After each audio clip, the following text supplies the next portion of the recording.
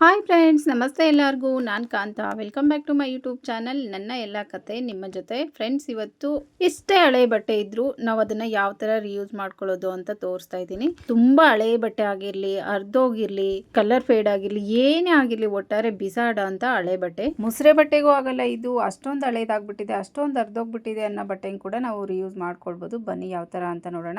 ನಮ್ಮ ಮನೆಗಳಲ್ಲಿ ಸಾಮಾನ್ಯವಾಗಿ ಹಳೆ ಬಟ್ಟೆ ಎಷ್ಟೊಂದು ಇರುತ್ತಲ್ವ, ಎಷ್ಟೊಂದು ಬಿಸಾಡ್ತಾ ಇರ್ತೀವಿ. T shirts, pants, leggings, tops, veil, saris, towels, ಮಕ್ಕಳ ಬಟ್ಟೆಗಳು. ಮಕ್ಕಳಂತೂ ಇದ್ರೆ ಎಷ್ಟೊಂದು ಹಳೆ ಬಟ್ಟೆ ಬೇಗ ಬೇಗ ಅದು ಚಿಕ್ಕದಾಗ್ಬಿಡುತ್ತೆ. ಆ ಥರ ಎಲ್ಲ ಎಷ್ಟೊಂದು ಬಟ್ಟೆ ಇರುತ್ತಲ್ವ. ಸುಮ್ಮನೆ ಅದನ್ನು ಯೂಸ್ ಮಾಡಿರ್ತೀವಿ, ಬೇರೆ ಯಾರಿಗೂ ಕೊಡೋಕ್ಕೂ ಇಷ್ಟ ಆಗಲ್ಲ. ಆಗೇನಪ್ಪ ಮಾಡೋದು ಅಂದರೆ ಆ ಥರ ಬಟ್ಟೆಗಳೆಲ್ಲ ಕೂಡಿಟ್ಕೊಂಡಿದ್ದು, ಅಯ್ಯೋ ಬಿಸಾಡಂಥ ಬಟ್ಟೆನ ಮತ್ತೆ ರಿಯೂಸ್ ಮಾಡೋದಾ ಅಂತ ಅನ್ಕೊಬೇಡಿ. ಬೇಕಿರೋರು ಇದನ್ನು ಯೂಸ್ ಮಾಡ್ಕೊಳ್ಳಿ ಅಷ್ಟೇ. ನೋಡಿ, ನಾನು ಸ್ವಲ್ಪ ಈ ಥರ ಯೂಸ್ ಆಗದೆ ಇರೋ ಅಂಥ ಹಳೆ ಬಟ್ಟೆನ ಸ್ವಲ್ಪ ತೊಗೊಂಡಿದ್ದೀನಿ. ಮನೆಗೆ ಯಾರೋ ಸಂಬಂಧಿಕರೆಲ್ಲ ಬಂದಿರ್ತಾರೆ, 1-2 ಎಕ್ಸ್ಟ್ರಾ ಪಿಲ್ಲೋ ಬೇಕಾಗಿರುತ್ತೆ. ನಮ್ಮ ಮನೇಲಿ ಪಿಲ್ಲೋ ಕವರ್ ಇರುತ್ತೆ, ಆದರೆ ಪಿಲ್ಲೋ ಇರಲ್ಲ. ಆಗೇನಪ್ಪ ಮಾಡ್ಬೋದು ಅಂದರೆ, ಸಾಮಾನ್ಯವಾಗಿ ಎಕ್ಸ್ಟ್ರಾ ಇಟ್ಕೊಂಡೇ ಇರ್ತೀವಿ. ಇನ್ ಕೇಸ್ ಇಲ್ಲ ಅನ್ನೋದಾದರೆ ಈ ಥರ ಮಾಡ್ಕೊಳ್ಬೋದು. ಪಿಲ್ಲೋ ಕವರ್ ಏನಾದರೂ ಇದ್ದರೆ ನೋಡಿ, ನಾನು ಇದು ಬೆಡ್ಶೀಟು ತುಂಬ ಹಳೇದಾಗ್ಬಿಟ್ಟಿದೆ. ಎಷ್ಟು ಹಳೇದಂದರೆ ತುಂಬಾ ಹಳೇದು. ನೋಡಿ, ತೂತೆಲ್ಲ ಆಗ್ಬಿಟ್ಟಿದೆ. ಅಲ್ಗೂ ನಾನು ಬಿಸಾಡದೆ ಹಾಗೆ ಇಟ್ಟಿದ್ದೀನಿ ಇದನ್ನು. ಈ ಥರ ಬೆಡ್ಶೀಟ್ಸು, ಬ್ಲ್ಯಾಂಕೆಟ್ಸು ಎಲ್ಲ ಹಾಗೆ ಇಟ್ಟಿದ್ರೆ ನೋಡಿ ಈ ಥರ ಯೂಸ್ ಮಾಡ್ಕೊಳ್ಬೋದು. ನೋಡಿ, ಪಿಲ್ಲೋ ಕವರ್ ಇದೆಯಲ್ಲ, ಅದಕ್ಕೆ ನೋಡಿ ಈ ಥರ ನೀಟಾಗಿ ಹಳೇದಿದು, ತುಂಬಾ ಹಳೇದಿದು ಬೆಡ್ಶೀಟ್ನ ಈ ಥರ ಎಲ್ಲ ನೀಟಾಗಿ ಫೋಲ್ಡ್ ಮಾಡಿಬಿಟ್ಟು ಅದ್ರ ಒಳಗಡೆ ಸೇರಿಸಿದ್ರೆ ಒಂದು ದಿಂಬು ರೆಡಿ ಆಗುತ್ತೆ. ಇಮಿಡಿಯೇಟಾಗಿ ನಾವು ದಿಂಬನ್ನು ರೆಡಿ ಮಾಡ್ಕೊಳ್ಬೋದು. ನೋಡಿ, ಈ ಥರ ಎಲ್ಲ ನೀಟಾಗಿ ಫೋಲ್ಡ್ ಮಾಡಿಬಿಟ್ಟು ದಿಂಬು ಒಳಗಡೆ ಸೇರಿಸಿ ಅದನ್ನು ಸರಿ ಮಾಡಿದ್ರೆ ಸಾಕು, ದಿಂಬು ರೆಡಿ ಆಗುತ್ತೆ. ಅಕಸ್ಮಾತ್ ಇನ್ನೂ ಸ್ವಲ್ಪ ದಪ್ಪ ದಿಂಬು ಬೇಕು ಅಂದರೆ ಇನ್ನೂ ಒಂದು ಈ ಥರ ಬೆಡ್ಶೀಟು, ಹಳೆ ಸ್ಯಾರಿನೋ ಬೇರೆ ಏನಾದರೂ ಇನ್ನೊಂದನ್ನು ಹಾಕಿ ದಿಂಬನ್ನು ರೆಡಿ ಮಾಡ್ಬೋದು. ಒಬ್ಬೊಬ್ಬರಿಗೆ ದಿಂಬು ತುಂಬ ದೊಡ್ಡ ದಿಂಬು ಹಾಕ್ಕೊತಾರೆ, ಒಬ್ಬೊಬ್ಬರು ಚಿಕ್ಕ ದಿಂಬು ಹಾಕ್ಕೊತಾರೆ. ನೋಡಿ, ದೊಡ್ಡದಾಗಿ ಬೇಕಾ ಚಿಕ್ಕದು ಬೇಕಿದ್ರೆ ನೋಡಿ ಒಂದೇ ಸಾಕಾಗುತ್ತೆ. ನೋಡಿ ಎಷ್ಟು ಚೆನ್ನಾಗಿ ಕಾಣ್ತಾ ಇದೆ ಅಂತ ನೋಡಿ. ಇನ್ನು ಸ್ವಲ್ಪ ದೊಡ್ಡದು ಬೇಕು ಅಂದರೆ ಇನ್ನೂ ಒಂದು ಬೆಡ್ಶೀಟು ಅಥವಾ ಸ್ಯಾರಿ ಏನಾದರೂ ಹಳೇದು ನಾವು ಯೂಸ್ ಮಾಡದೇ ಇರೋದಿರ್ತೀವಲ್ವ, ಅದನ್ನು ಹಾಕಿ ದಿಂಬನ್ನು ರೆಡಿ ಮಾಡ್ಬೋದು. ಈ ಥರ ಹಳೆ ಬಟ್ಟೆನ ಹಾಗೆ ಇಟ್ಟಿದ್ರೆ ನೋಡಿ ಈ ಥರ ಎಲ್ಲ ಯೂಸ್ ಮಾಡ್ಕೊಬೋದು. ನೋಡಿ ಎಷ್ಟು ಚೆನ್ನಾಗಿ ಕಾಣ್ತಾ ಇದೆ ಅಂತ ನೋಡಿ. ಫ್ರೆಂಡ್ಸ್, ಇನ್ನು ಮುಂದೆ ಹಳೆ ಬಟ್ಟೆನೇನು ಬಿಸಾಡಬೇಡಿ. ಬೆಡ್ಶೀಟ್ ಆಗ್ಬೋದು, ಸ್ಯಾರಿ, ಯಾವುದೇ ಥರ ಹಳೆ ಬಟ್ಟೆನ ಯಾವುದು ಬಿಸಾಡಬೇಡಿ. ನೋಡಿ ಎಷ್ಟು ಚೆನ್ನಾಗಿ ಕಾಣ್ತಿದೆ. ಈ ಥರ ಯೂಸ್ ಮಾಡ್ಕೊಳ್ಳಿ. ಇನ್ನು ಅದೇ ಥರ ಹಳೆ ಬಟ್ಟೆಗಳಲ್ಲಿ ಟೀ ಶರ್ಟ್ಸ್ ಎಲ್ಲ ಇರುತ್ತೆ ನೋಡಿ. ಈ ಥರದ್ದೆಲ್ಲ ಹಿಂದೆ ಹಾಕಿರ್ತಾರಲ್ವ, ಎಲ್ಲ ಹಳೇದಾಗಿದೆ, ಕಲರ್ ಫೇಡ್ ಆಗಿದೆ, ಎಲ್ಲೋ ಸ್ವಲ್ಪ ಅರ್ಧೋಗಿದೆ ಅನ್ನೋ ಟೀ ಶರ್ಟ್ಸ್ ಎಲ್ಲ ಈ ಥರ ಹಾಕಿರ್ತಾರೆ. ಅದನ್ನೇನಪ್ಪ ಮಾಡಬೇಕು ಅಂದರೆ ನೋಡಿ, ಈ ಥರ ಫಸ್ಟ್ ಎಲ್ಲ ಉಲ್ಟಾ ಮಾಡ್ಕೊಳ್ಬೇಕು. ಟೀ ಶರ್ಟನ್ನು ಫಸ್ಟು ಉಲ್ಟಾ ಮಾಡ್ಕೊಬೇಕು.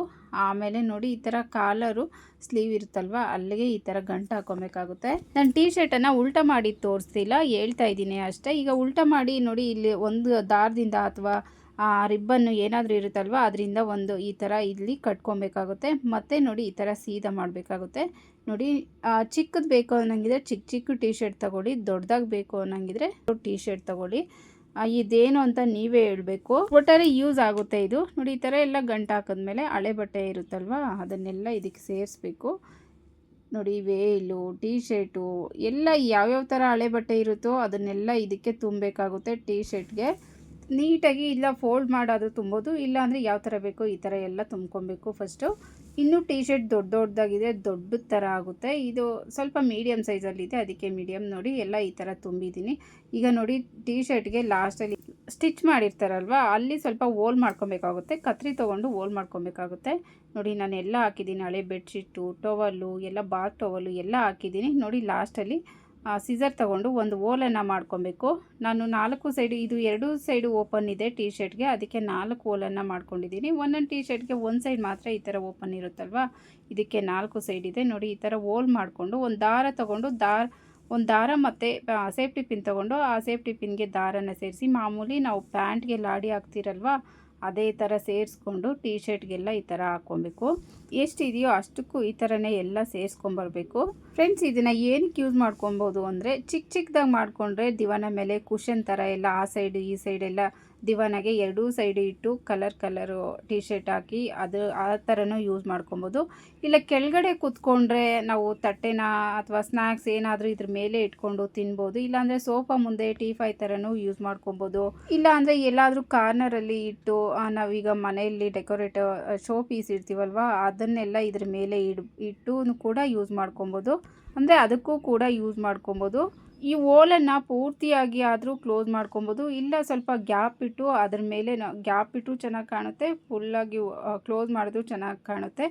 ನೋಡಿ ಈ ಓಲ್ಗೆ ಏನಾದರೂ ಬಟ್ಟೆಯಲ್ಲೇ ಫ್ಲವರ್ ಥರ ಏನಾದರೂ ಕಟ್ ಮಾಡಿ ಇಟ್ಟರೆ ತುಂಬ ಚೆನ್ನಾಗಿರುತ್ತೆ. ಇಲ್ಲ ಯಾವುದಾದ್ರೂ ರೆಡಿ ಇರೋದಿಟ್ಟರು ಚೆನ್ನಾಗಿರುತ್ತೆ. ಇಲ್ಲ ಅಂದರೆ ನಾವು ಲೆಗ್ ರೆಸ್ಟ್ಗೂ ಇಟ್ಕೊಬೋದು. ಇದನ್ನು ಈಗ ಸೋಫಾ ಮೇಲೆ ಕೂತ್ಕೊಂಡು ಕಾಲದ್ರ ಮೇಲೆ ಇಟ್ಕೊಂಡು ರೆಸ್ಟ್ ತೊಗೊಳ್ಳೋ ಥರನೂ ಯಾವ ಥರ ಬೇಕೋ ಆ ಥರ ಎಲ್ಲ ಯೂಸ್ ಮಾಡ್ಕೊಬೋದು ಫ್ರೆಂಡ್ಸ್. ಇದನ್ನು ಮಕ್ಕಳಿಗೆ ಕೂತ್ಕೊಳ್ಳೋಕ್ಕೂ ಅಷ್ಟೇ ತುಂಬಾ ಚೆನ್ನಾಗಿರುತ್ತೆ. ಸಾಫ್ಟಾಗಿ ತುಂಬ ಅದು ಏನು ಒತ್ಕೊಳ್ಳೋದು ಆ ಥರ ಏನೂ ಆಗಲ್ಲ. ಪುಟ್ ಮಕ್ಕಳು ಕೂತ್ಕೊಳ್ಳೋದಕ್ಕೂ ತುಂಬಾ ಚೆನ್ನಾಗಿರುತ್ತೆ. ಇದ್ರ ಮೇಲೆ ಒಂದು ಚೆನ್ನಾಗಿರೋ ಬಟ್ಟೆ ಹಾಕ್ಬಿಟ್ರೆ ತುಂಬಾ ಚೆನ್ನಾಗಿರುತ್ತೆ ಫ್ರೆಂಡ್ಸ್. ನೋಡಿ ಎಷ್ಟು ಚೆನ್ನಾಗಿ ರೆಡಿ ಆಯಿತು ಅಂತ. ಕುತ್ಕೊಳ್ಳೋಕ್ಕಂತೂ ತುಂಬಾ ಚೆನ್ನಾಗಿರುತ್ತೆ. ನೋಡಿ ಎಷ್ಟು ಚೆನ್ನಾಗಿದೆ. ಈ ಓಲ್ಗೆ ಅದೇ ಆವಾಗಲೇ ಹೇಳ್ದಂಗೆ ಏನಾದರೂ ಬೇಕಿದೆ ಡಿಸೈನ್ ಥರ ಮಾಡ್ಕೊಬೋದು. ಇಲ್ಲ ಒಂದು ಬಟ್ಟೆ ಹಾಕಿದ್ರೆ ಸಾಕು, ಮೇಲೆ ಯಾವುದಾದ್ರೂ ಸ್ವಲ್ಪ ಚೆನ್ನಾಗಿರೋ ಬಟ್ಟೆ ಹಾಕ್ಬಿಟ್ರೆ ತುಂಬಾ ಚೆನ್ನಾಗಿ ಕಾಣ್ತಾ ಇರುತ್ತೆ. ಈಗ ಮಾಮೂಲಿ ನಾವು ಟೀಫೈ ಮೇಲೆ ಎಲ್ಲ ಬಟ್ಟೆ ಹಾಕ್ತೀವಲ್ವ ಆ ಥರ ಹಾಕಿ ಇಟ್ಬಿಟ್ರೆ ತುಂಬಾ ಚೆನ್ನಾಗಿರುತ್ತೆ ಫ್ರೆಂಡ್ಸ್. ನೋಡಿದ್ರೆ ಹಳೆ ಬಟ್ಟೆ ಯಾವ ಥರ ಯೂಸ್ ಆಯಿತು ಅಂತ. ನಿಮ್ಮ ಮನೇಲೂ ಈ ಥರ ಬಿಸಾಡೋಂಥ ಬಟ್ಟೆ ಇದ್ದರೆ ನೀವು ಒಂದ್ಸಾರಿ ಟ್ರೈ ಮಾಡಿ ನೋಡಿ ಫ್ರೆಂಡ್ಸ್. ಮತ್ತೊಂದು ಟಿಪ್ ಏನಪ್ಪ ಅಂದರೆ ಫ್ರೆಂಡ್ಸ್ ನೋಡಿ, ಬಳೆನ ಒಡೆದೋಗಿರೋದೆಲ್ಲ ಬಿಸಾಡ್ತಾ ಇರ್ತೀವಿ. ನೋಡಿ ಈ ಥರ ಒಂದೊಂದು ಕಡೆ ಎಲ್ಲ ಬಿಟ್ಕೊಂಡ್ಬಿಟ್ಟಿರುತ್ತೆ ಅಲ್ವಾ, ಆ ಜಾಯಿಂಟ್ ಆಗಿರೋದೆಲ್ಲ ಬಿಟ್ಕೊಂಡ್ಬಿಟ್ಟಿರುತ್ತೆ. ಎಷ್ಟೊಂದು ಬಳೆ ಎಲ್ಲ ಬಿಸಾಡ್ತಾ ಇರ್ತೀವಿ. ನಾವು ಒಡೆದೋಗಿದ ತಕ್ಷಣ ಒಟ್ಟಲ್ಲಿ ಒಡೆದೋಗಿರೋ ಬಳೆ ಅಂತೂ ಹಾಕಬಾರ್ದು. ಅದಕ್ಕೋಸ್ಕರ ಒಡೆದೋಯ್ತು ಅಂತ ಬಿಸಾಡ್ಬಿಡ್ತೀವಿ. ಡೈಲಿ ಬಳೆ ಹಾಕೋರಿಗೆ ಎಷ್ಟು ಬಳೆ ಇದ್ರೂ ಸಾಕಾಗಲ್ಲ. ಅದರಲ್ಲೂ ಹೇಳ್ಬೇಕಾ, ಬಳೆ ರೇಟ್ ಅಂತೂ ಎಷ್ಟೊಂದು ದುಬಾರಿ ಆಗಿಬಿಟ್ಟಿದೆ ಅಲ್ವಾ. ಈಗ ಪ್ಲೈನ್ ಬಳೆನೇ 1 ಡಜನ್ ತೊಗೊಬೇಕಂದ್ರೆ ಮಿನಿಮಮ್ 30 ರೂಪೀಸ್ ಇದ್ದೇ ಇದೆ. ಇನ್ನು ಚೆನ್ನಾಗಿರೋದಂದರೆ ಅದರಲ್ಲೂ ಗಾಜಿನ ಬಳೆ ಇನ್ನು ಚೆನ್ನಾಗಿರೋದು ತೊಗೊಬೇಕು ಅಂದರೆ ಈಗ ಮಾಮೂಲಿ ಮದುವೆ ಹೆಣ್ಣಿಗೆ ಎಲ್ಲ ತೊಡಿಸುವಾಗ ಈಗ ನಮ್ಮ ಅಮ್ಮ ಅವರೆಲ್ಲ ತೊಟ್ಕೊತಾರಲ್ವ ಆ ಥರ ಬಳೆ ಅಂತೂ 300 400 ಆ ಥರ ರೇಟ್ ಇದ್ದೇ ಇರುತ್ತೆ. ಈಗ ನಾವು ಡೈಲಿ ಯೂಸ್ಗೆ ಅಂತ ಮಾಮೂಲಿ ಯಾವಾಗಲೂ ಈ ಥರ ಪ್ಲೈನ್ ಬಳೆನೇ ಯೂಸ್ ಮಾಡ್ತೀವಿ ಅಲ್ವಾ. ಅದಕ್ಕೆ ಏನು ಮಾಡಬೇಕು ಅಂದರೆ ಈ ಥರ ಒಡೆದೋಗಿರೋ ಬಳೆನೆಲ್ಲ ಹಾಗೆ ಇಟ್ಟಿದ್ದು ನೋಡಿ, ಒಂದು ಕ್ಯಾಂಡಲ್ ಹೇಗೂ ಮನೆಯಲ್ಲಿ ಇದ್ದೇ ಇರುತ್ತೆ. ನೋಡಿ ಈ ಥರ ಕ್ರ್ಯಾಕ್ ಬಿಟ್ಟಿದೆ ಅಲ್ವಾ, ಅಂದರೆ ಓಪನ್ ಆಗಿದೆ ಅಲ್ವಾ, ಅಲ್ಲಿ ಕ್ಯಾಂಡಲ್ ಹಚ್ಕೊಂಡು ನೋಡಿ ಈ ಥರ ಕ್ಯಾಂಡಲ್ಗೆ 1 ನಿಮಿಷ ಹಿಡಿದ್ರೆ ಸಾಕು. ಸ್ವಲ್ಪ ಕೈಯಲ್ಲಿ ಪ್ರೆಸ್ ಮಾಡಿಕೊಂಡು 1 ನಿಮಿಷ ಈ ಥರ ಇಟ್ಕೊಂಡು ಬಿಸಿ ಮಾಡಿದ್ರೆ ಸಾಕು. ಮಾಮೂಲಿ ಬಳೆ ಥರನೇ ಅದು ಜಾಯಿಂಟ್ ಆಗುತ್ತೆ. ನೋಡಿ ಬಿಸಾಡೋ ಅವಶ್ಯಕತೆ ಇಲ್ಲ. ಎಷ್ಟೇ ಬಳೆ ಇದ್ದರೂ ಇದೇ ಥರನೇ ಮಾಡ್ಕೊಬೋದು. ಸ್ವಲ್ಪ ಹೊತ್ತು ಇಟ್ಕೊಂಡ್ರೆ ಸಾಕು, ಬಳೆ ಚೆನ್ನಾಗಾಗುತ್ತೆ. ಒಡೆದೋಗಿರೋದೆಲ್ಲ ಅದು ಜಾಯಿಂಟ್ ಆಗುತ್ತೆ. ಮಾಮೂಲಿ ನಾವು ಯೂಸ್ ಮಾಡ್ಕೊಬೋದು. ಒಂದೊಂದು ಬಳೆ ಮಾಡೋದು ನೋಡಿ ಎಷ್ಟು ಚೆನ್ನಾಗಿದೆ ಅಂತ. ಸ್ವಲ್ಪ ಬ್ಲ್ಯಾಕ್ ಆಗಿರುತ್ತೆ, ಆಮೇಲೆ ಸ್ವಲ್ಪ ಅದು ಬಿಸಿ ಮಾಡಿದ ತಕ್ಷಣ ಮುಟ್ಬಾರ್ದು, ಅದನ್ನು ಕೈಗೆಲ್ಲ ಅಂಟ್ಕೊಳ್ಳುತ್ತೆ. ಸ್ವಲ್ಪ ಆರೋದಕ್ಕೆ ಇಟ್ಟು ಆಮೇಲೆ ಬಟ್ಟೆ ತೊಗೊಂಡು ಒರೆಸ್ಕೊಂಡ್ರೆ ಈ ಬ್ಲ್ಯಾಕ್ ಆಗಿರೋದೆಲ್ಲ ಹೋಗುತ್ತೆ. ಒಂದೊಂದು ಸಾರಿ ಹೊಸ ಬಳೆ ತೊಗೊಂಬಂದಿರ್ತೀವಿ, ಅದರಲ್ಲೇ ಈ ಥರ ಡ್ಯಾಮೇಜ್ ಆಗಿಬಿಟ್ಟಿರುತ್ತೆ. ಹಾಗೇನಪ್ಪ ಮಾಡಬೇಕು ಅಂದರೆ ಹೊಸ ಬಳೆ ಇದ್ದರೆ ಅದನ್ನು ತೋರಣ ಥರನೂ ಮಾಡ್ಬೋದು. ಇದೇ ಥರ ಎಲ್ಲ ಜಾಯಿಂಟ್ ಹಾಕಿ ಒಂದೊಂದೇ ಮಾಡೋದಕ್ಕೆ ಕಷ್ಟ ಆಗುತ್ತೆ, ಸ್ವಲ್ಪ ಟೈಮ್ ಹಿಡಿಯುತ್ತೆ ಅನ್ನೋಂಗಿದ್ರೆ ನೋಡಿ ಈ ಥರ 2 ಬಳೆ ಕೂಡ ಮಾಡ್ಕೊಬೋದು ಫ್ರೆಂಡ್ಸ್. ಇದು ತುಂಬ ಯೂಸ್ ಆಯಿತು ನಿಮಗೆಲ್ಲ ಅಂತ ಅಂದ್ಕೊತೀನಿ. ಮತ್ತೊಂದೇನಪ್ಪ ಅಂದರೆ ಡೋರ್ ಮ್ಯಾಟ್ ಹಾಕಿರ್ತೀವಿ ನೋಡಿ ಈ ಥರದ್ದೆಲ್ಲ ಹಾಕಿದ ತಕ್ಷಣ ಇದು ಹೊಸದೇ ಮ್ಯಾಟ್, ಹಳೇದಲ್ಲ. ನೋಡಿ ಈ ಥರ ಮೂಲೆಯಲ್ಲೆಲ್ಲ ಈ ಥರ ಮಡ್ಚ್ಕೊಂಡ್ಬಿಟ್ಟಿರುತ್ತೆ. ವಾಶ್ ಮಾಡಿದ್ರೂ ಅದು ಹಾಗೇ ಇರುತ್ತೆ, ಹೋಗೋದೇ ಇಲ್ಲ, ಅಂದರೆ ಸ್ಟ್ರೈಟ್ ಆಗೋದೇ ಇಲ್ಲ, ಅದೇ ಥರನೇ ಮಡ್ಚ್ಕೊಂಡೇ ಇರುತ್ತೆ. ಅದಕ್ಕೆ ಏನಪ್ಪ ಮಾಡಬೇಕು ಅಂದರೆ ಬೇಕಿದ್ರೆ ನೀವು ಇದನ್ನು ಟ್ರೈ ಮಾಡಿ ನೋಡಿ. ವಾಶ್ ಮಾಡಿದ್ರೂ ಹಾಗೇ ಇರುತ್ತೆ, ಬ್ರಷ್ ಮಾಡಿ ಎಲ್ಲ ಉಜ್ಜಿ ವಾಶ್ ಮಾಡಿದ್ರೂ ಹಾಗೇ ಇರುತ್ತೆ. ಇದಕ್ಕೊಂದು ಸಿಂಪಲ್ ಐಡಿಯಾ ಏನಪ್ಪ ಅಂದರೆ ಐಸ್ ಕ್ಯೂಬ್ ಮನೇಲಿ ಹೇಗೋ ಇದ್ದೇ ಇರುತ್ತೆ. ಈಗಂತೂ ಸಮ್ಮರ್ ಹೇಳ್ಬೇಕಾ, ಐಸ್ ಕ್ಯೂಬ್ ಅಂತೂ ಸ್ಟಾಕ್ ಇಟ್ಟೇ ಇರ್ತೀವಿ. ನೋಡಿ ಐಸ್ ಕ್ಯೂಬನ್ನು ಎಲ್ಲಿ ಈ ಥರ 4 ಮೂಲೆಯಲ್ಲಿ ಒಂದು ಸ್ವಲ್ಪ ಹಾಕ್ಬಿಡೋದು. ಆ ಕಡೆ ಈ ಕಡೆ ಎಲ್ಲ ಒಂದು 4 ಹಾಕ್ಬಿಟ್ರೆ ಅದು ಮೆಲ್ಟ್ ಆಗ್ತಾ ಅದು ಗೊತ್ತಿಲ್ಲ ಇದಕ್ಕೆ ಯಾವ ಥರ ಇದು ಟ್ರಿಕ್ಸು ಅಂತ ನನಗೂ ಗೊತ್ತಿಲ್ಲ. ಅದು ಐಸ್ ಕ್ಯೂಬ್ ಹಾಕಿದ ತಕ್ಷಣ ಅದೆಲ್ಲ ಸರಿ ಹೋಗುತ್ತೆ, ಸ್ಟ್ರೈಟ್ ಆಗುತ್ತೆ. 4 ಸೈಡ್ ಮಡ್ಚ್ಕೊಂಡಿತ್ತು ನೋಡಿ, ನಾನು 4 ಸೈಡು ಐಸ್ ಕ್ಯೂಬನ್ನು ಹಾಕಿದ್ದೀನಿ. ಇದು ಮೆಲ್ಟ್ ಆಗೋಷ್ಟರಲ್ಲಿ ಅದು ಸರಿ ಹೋಗಿದೆ. ನೋಡಿ ಸ್ವಲ್ಪ ಮೆಲ್ಟ್ ಆಗ್ತಾ ಇದೆ, ಇನ್ನೂ ಸ್ವಲ್ಪ ಇದೆ, ಆವಾಗಲೇ ನೋಡಿ ಎಲ್ಲ ಕರೆಕ್ಟಾಗಿ ಸ್ಟ್ರೈಟಾಗಿ ಆಗಿದೆ. ಇನ್ನು ಇದನ್ನು ಬಿಸಿಲಿಗೆ ಹಾಕಿ ಒಣಗಿಸ್ಬಿಟ್ಟು ಮತ್ತೆ ಬಾಗಿಲು ಮುಂದೆ ಹಾಕ್ಕೊಳ್ಳೋದು. ಬಾಗಿಲು ಮುಂದೆನೇ ಅಂತ ಅಲ್ಲ, ನೀವು ಮ್ಯಾಟ್ ಎಲ್ಲ ಹಾಕಿರ್ತೀರೋ ಅಲ್ಲಿ ಹಾಕ್ಕೊಳ್ಳಿ. ಫ್ರೆಂಡ್ಸ್, ಇದಂತೂ very simple and useful tips ಅಂತಲೇ ಹೇಳ್ಬೋದು. ಏನಪ್ಪ ಅಂದರೆ ಸ್ಟಿಕ್ಕರ್ ಎಲ್ಲ ತೊಗೊಂಬಂದಿರ್ತೀವಿ, ಅದು ಗಮ್ಮೆಲ್ಲ ತುಂಬ ಹಳೇದು, ಸ್ವಲ್ಪ ದಿನ ಇಟ್ಕೊಂಡ್ರೆ ಅಂದರೆ ಸ್ವಲ್ಪ ದಿನ ಹಾಗೆ ಇಟ್ಟಿದ್ರೆ ಹಳೇದಾಗ್ಬಿಟ್ಟು ಆ ಗಮ್ಮೆಲ್ಲ ಅಂಟೋದೇ ಇಲ್ಲ, ನಮ್ಮ ಹಣೆಗೆ ಅಂಟ್ಕೊಳ್ಳೋದೇ ಇಲ್ಲ, ಇಟ್ಟರೆ ಬೀಳ್ತಾ ಇರುತ್ತೆ, ಅದು ಬಿದ್ದೋಗ್ತಾ ಇರುತ್ತೆ ಹಣೆಗೆ, ಅದು ಅಂಟ್ಕೊಳ್ಳೋದೇ ಇಲ್ಲ. ಆಗೇನಪ್ಪ ಮಾಡಬೇಕು ಅಂದರೆ ನೋಡಿ, ನಾನು ಕೈಗೆ ಅಂಟಿಸ್ಕೊಂಡು ಮೆತ್ಕೊಂಡು ನೋಡ್ತಾ ಇದ್ದೀನಿ, ನೋಡಿ ಇರ್ತಾನೆ ಇಲ್ಲ, ಅದು ಬಿದ್ದೋಗ್ತಾ ಇದೆ. ಹಾಗೇನಾದರೂ ಬಿದ್ದೋಗ್ತಾ ಇದೆ ನೋಡಿ, ಫ್ರಿಜ್ಜಲ್ಲಿ ಒಂದು 5 ನಿಮಿಷ ಇಟ್ಬಿಟ್ಟು ತೆಗೆದ್ರೆ ಮಾಮೂಲಿ ಹೊಸ ಸ್ಟಿಕ್ಕರ್ ಥರ ತುಂಬ ಪವರ್ ಇರುತ್ತೆ. ಗಮ್ ನೋಡಿ ಹಾಕಿದ ತಕ್ಷಣ ನೋಡಿ ಎಷ್ಟು ಚೆನ್ನಾಗಿ ಅಂಟ್ಕೊಳ್ತಾ ಇದೆ. ನಾವು ಈ ಥರ ಉಜ್ಜಿದ್ರೂ ಬರಲ್ಲ, ಕಿತ್ತರೂ ಬರಲ್ಲ, ಅಷ್ಟೊಂದು ಗಟ್ಟಿಯಾಗಿ ಇಟ್ಕೊಳ್ಳುತ್ತೆ. ಇದನ್ನು ನೀವು ಒಂದ್ಸರಿ ಟ್ರೈ ಮಾಡಿ ನೋಡಿ ಫ್ರೆಂಡ್ಸ್. ಇನ್ನೊಂದೇನಪ್ಪ ಅಂದರೆ ಗ್ಯಾಸ್ ಎಣಿಸ್ತೀವಿ, ಲೈಟರ್ನ ಎಲ್ಲಂದರೆ ಅಲ್ಲಿ ಇಟ್ಬಿಡ್ತೀವಿ, ಒಂದೊಂದು ಸಾರಿ ಸ್ಟವ್ ಕೆಳಗಡೆ ಹಾಕ್ಬಿಡ್ತೀವಿ, ಒಂದೊಂದು ಸಾರಿ ಎಲ್ಲೋ ಒಂದು ಕಡೆ ಬಿಸಾಡ್ಬಿಡ್ತೀವಿ, ಸಿಗೋದೇ ಇಲ್ಲ. ಬೆಳಗಿನ ಟೈಮ್ ಅಂತೂ ತುಂಬ ಅರ್ಜೆಂಟಲ್ಲಿ ಇರ್ತೀವಿ, ಮಕ್ಕಳು ಸ್ಕೂಲ್ಗೆ ಹೋಗಬೇಕು, ಹಸ್ಬೆಂಡ್ ಆಫೀಸ್ಗೆ ಹೋಗಬೇಕು ಅಂತೆಲ್ಲ ಟೆನ್ಷನ್ ಇರುತ್ತೆ, ಬೇಗ ಟಿಫನ್ ಕಾಫಿ ಎಲ್ಲ ಆಗಬೇಕು ಅಂತ ಟೆನ್ಷನಲ್ಲಿ ಎಲ್ಲಂದ್ರೆ ಅಲ್ಲಿ ಹಾಕ್ಬಿಡ್ತೀವಿ.